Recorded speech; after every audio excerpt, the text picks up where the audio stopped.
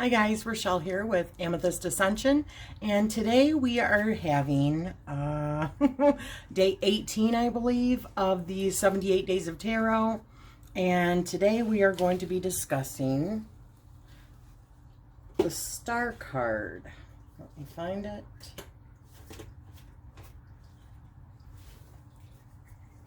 I was not prepared. I've been doing a bunch of videos today. The Star card. So what we're going to do is flip this camera around and we're going to get started. All right? Okay, so as I said, this is day 18 of the 78 Days of Tarot, and the Star card is our card of interest today, and that is number 17 in the Major Arcana, which breaks down to, number 8. I got the wrong thing.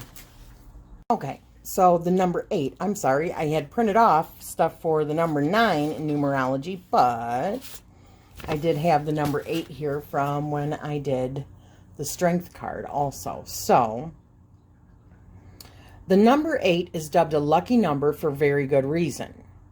The 8 expresses an energy of professionalism, management, self-confidence, and authority. These qualities work alongside the vibrations of discernment, insight, and the inner strength required to obtain and utilize the divine wisdom of the universe. We learned that the number 4 is the foundation builder or building worker. Well, now think of the number 8 as being the boss. The 8 is able to build as well, but does so by intertwining concerns from the physical world with spirituality, as it possesses the skillful capability to uncover infinite dimensions contained in both. Number 8 represents a vibrational frequency of tackling challenges, rising above any adversity, and embracing opportunities with intentional action and methodical mental intuition. Number 8, by the way, is my life path number. But number 8 is also a balancer of karma. If you are able to maintain an evenly balanced character, mentally and spiritually, you will inevitably achieve success in this lifetime. However, the expression of number 8 passes along a reminder that just as easily as you can manifest and create, you can just as easily destroy. 8 has an energetic message within to remember that temperance of both tangible logic in the physical and soul intuition in the spiritual realm is a detrimental character trait that you must consciously maintain at all times.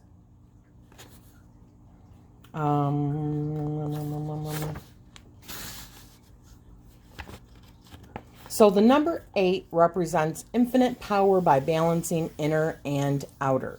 Number 8 possesses an expression of strength, balance, and infinite opportunities for success, compassion, and instinct. Physical and spiritual patience and tenacious willpower. All must be balanced in this lifetime to inevitably eliminate karma and bring about endless achievement and successful growth. And I got that information off of wemystic.com. Now, let me go into... set this aside for a second. Let me go into, let me move these. First, we're going to address tarot and astrology associated with the Star card. Let me find the Star card in here really quick. Okay, where are you, Star card? 65. Page 65. All right, so here we go. Oh, the star is associated with Aquarius, which, by the way, the Star card is also one of my birth cards. I have strength in the star.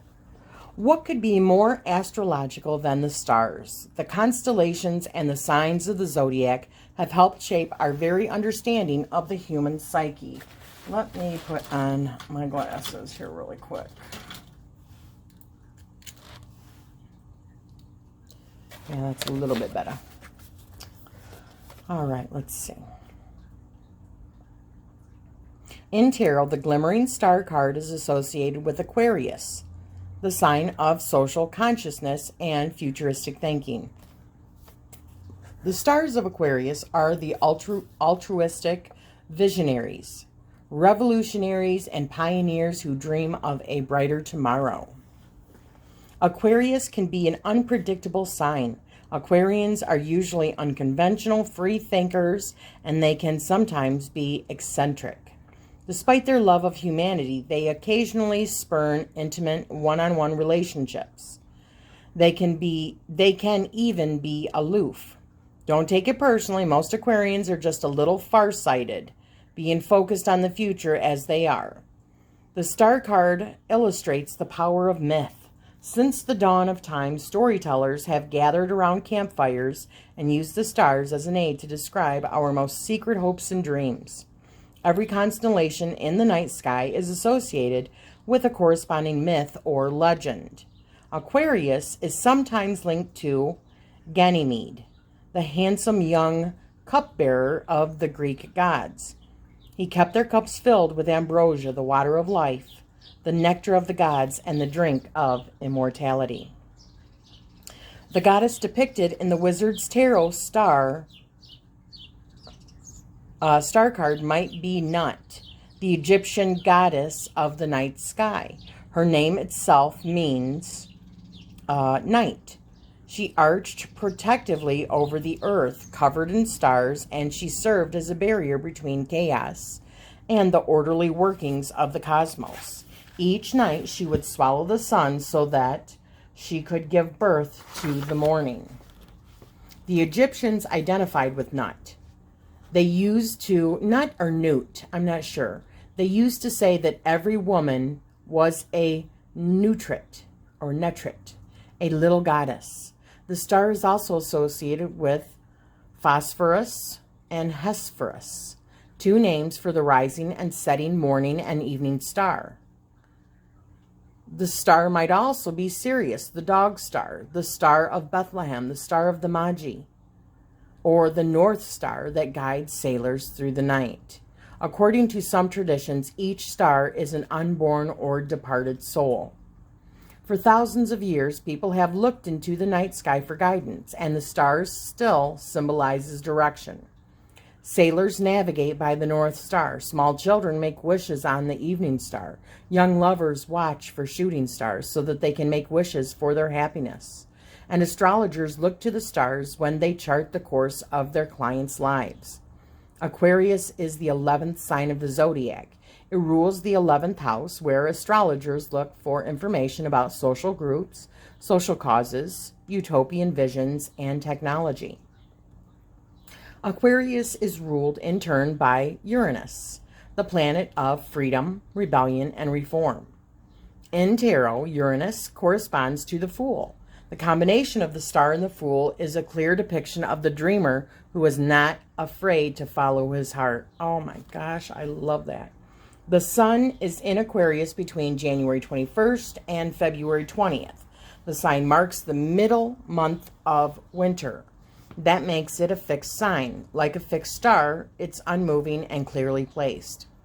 Aquarius is an air sign. In astrology, just as in tarot, the element of air symbolizes intellectual energy.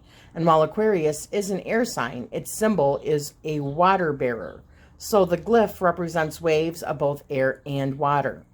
Aquarius rules the shins, calves, and ankles, the parts of our body that are immersed when we wade in the rivers of time. Very cool. My mama is a Aquarius. All right, so now I'm going to read out of Kitchen Table Tarot by Melissa Sonova. And Tarot and Astrology is by Corinne Kenner. So let's find the star card in here. All right. If we follow the Fool's journey through the tarot, we've been through a lot in the last few cards. We've experienced major changes with death, a realigning with temperance, and a double whammy with the devil in the tower. Things are shaky, and we're not sure what to think. If you imagine the tower's collapse, what happens after a building falls? There is rubble everywhere. If you knew the landscape, everything has changed and you are now disoriented. There are clouds of smoke and the air is heavy with ash. You are heavy too, with the repercussions, of what just happened. You're not looking for the glaring light of the sun or the watery, wavy light of the moon. What you need is the light that will fill your soul and shine on you so gently.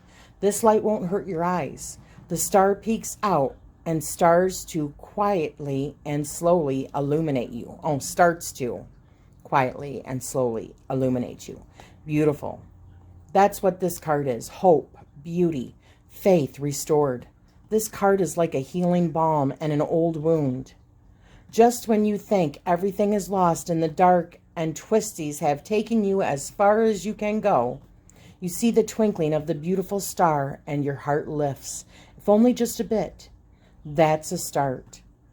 She's got one foot on water and one on dry land. She's got endless resources to renew and rejuvenate herself and her surroundings. She's balanced and happy. She reminds me of my friend Mary, who is so centered, so confident and zen. Her reaction to stress is to chuckle and say, "Oh well, we can handle this." The star is the beginning. It's the first drink after days and months, years of being thirsty. Do you know what that feeling? Or do you know that feeling? You're so emotionally wrought and parched that the first spark of kindness makes you gasp and brings tears to your eyes. That's this. In readings, I have to remind people that it's okay to accept gifts freely given. It's okay to put the sadness down for a minute and refocus on those beautiful things around us. We often get so used to depression and negativity that we get stuck, even after a crisis has passed. We'll continue our reactionary and flinchy behavior, even though it's no longer needed, almost like post-traumatic stress disorder, really. We have to retain ourselves to relax and to stop anticipating trauma. It's very difficult to do, and one of the reasons that I appreciate how soft this card is. It's not an everything is super as the Sun card, but it's more like a gentle hug and a pat on the back.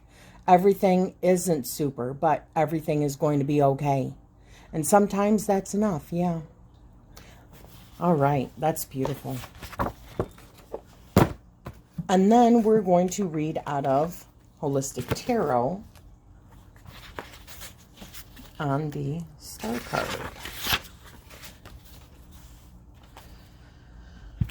Key 17, which is the star. The star represents hope, inspiration, and mental health.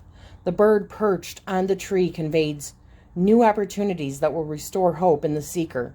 The card exemplifies the abundance of happiness, harmony, beauty, hope, and peace in the seeker's life.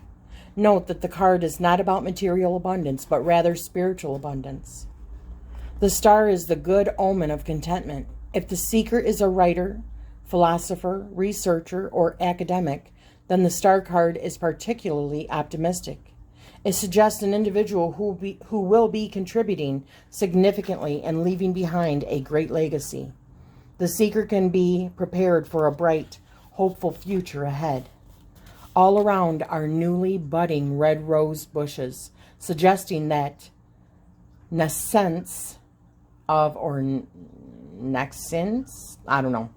occurring esoteric knowledge. The star suggests renewal or restoration of hope. It can also represent spiritual guidance through self-empowerment. Guidance is not coming from others, but rather it is coming from within, even from the divine. In practical application, the card could represent someone who is a spiritual counselor, who shares his or her spirituality with others to restore hope and inspire others. Star personalities master the balance between intelligence and love. Compare the 8-pointed star on the charioteer's crown in key 7, which is the chariot, recurs here in full bloom in key 17, the star. There is a sense that the star was the source of the charioteer's divine empowerment, considering the numerical sequence of the cards. The chariot almost appears to be returning from the future, given a sense of fluidity in the space-time continuum. Yet the Chariot is about action and control. The Star is about the optimism and hope that such action and control will yield success and practical application. If the two appear together in a spread, amazing and great success will come to the seeker. Success that will involve an extraordinary blessing of either fame or fortune. Temperance also depicts a figure with 1 foot in the water and 1 foot on land, the open sky and mountain peaks in the background. The green terrain between the peaks and water pool in the foreground are similar in both the Star and Temperance. Both call to mind the Freudian and Jungian concepts of superego, ego, ID, the conscious, and the unconscious. The Star, however, the superego, is the dominant level of awareness, unlike Temperance, where the sun symbol symbolizing the superego is smaller in the back. Unlike Temperance, where there is a balancing between the level of awareness, the Star card depicts a pouring out in one direction.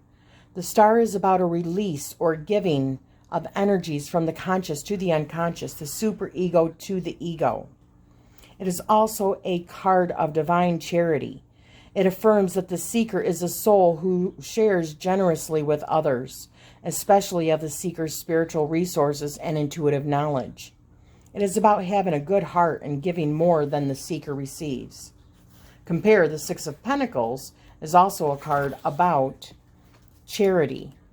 Though the 6 of Pentacles pertains more to material generosity, giving one's money or time to the less privileged.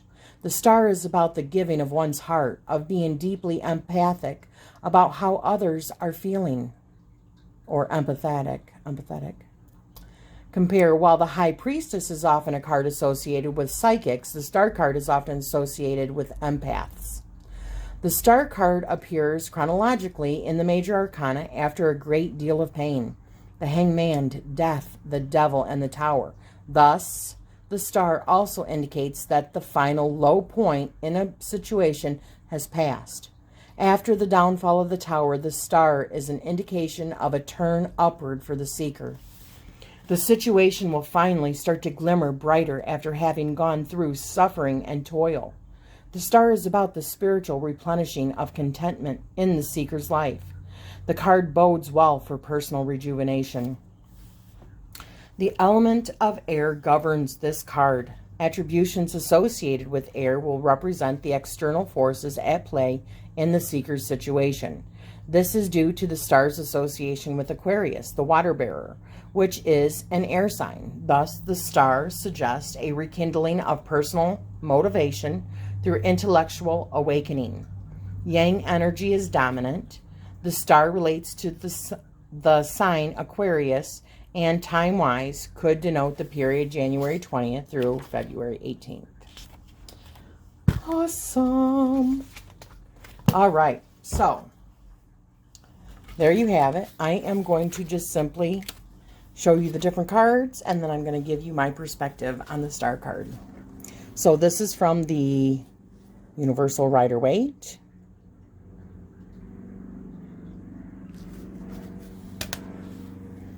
This is the Everyday Witch.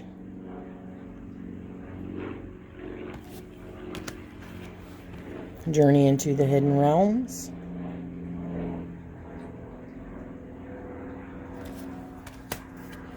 Mermaid Tarot. So beautiful.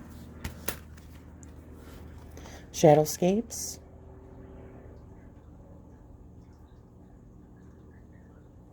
Gorgeous.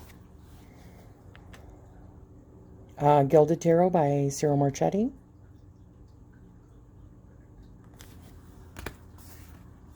Druid Craft.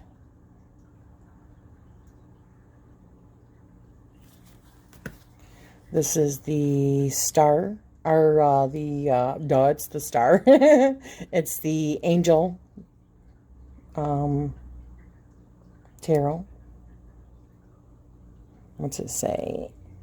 Happy times, make positive, optimistic, long-term plans on the right path. Awesome. This is a good tarot.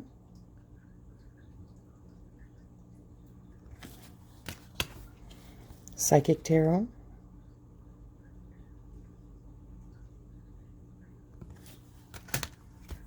And this is the Impressionist tarot.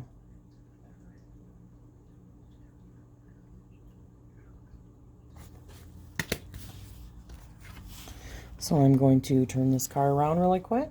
Or turn this car. Don't make me pull this car over. Okay, so my impression of the Star card when it comes up, like I've said in pretty much every other video, is there's going to be factors. The question that you're asking, the card placement in the spread, the surrounding cards, whether or not you read in reverse or just upright. But for me, it's about hope. I'm trying to look for a good, I suppose I'll just put this back up here. The Star card is about hope and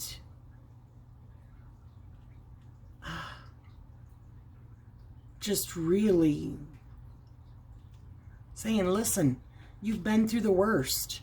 Now the good begins. You know, you're starting to see the light again. You're, it's just a good, uplifting card. It's illumination from the Star that comes up. But it's definitely a good omen when this comes up, unless it's in reverse, meaning if you read reverse, which I do not, but I feel like there's enough negative cards in the deck. But, you know, to each their own. What's right for one is not right for the other. But, yeah, the Star card is all about, let me get that out of the light there, is just really, can you see? Oh, there we go. Cover up the mug, and it focuses good. Really just about finding that hope again. You've been through the storm, you've weathered the storm, and, you know, the clouds are clearing, and, you know, now would be a time, if this comes up, for you to start a new career, or if there's a new interest, love interest, that would be a good sign that you're on the right path. So I hope you have enjoyed day 18 of the 78 Days of Tarot.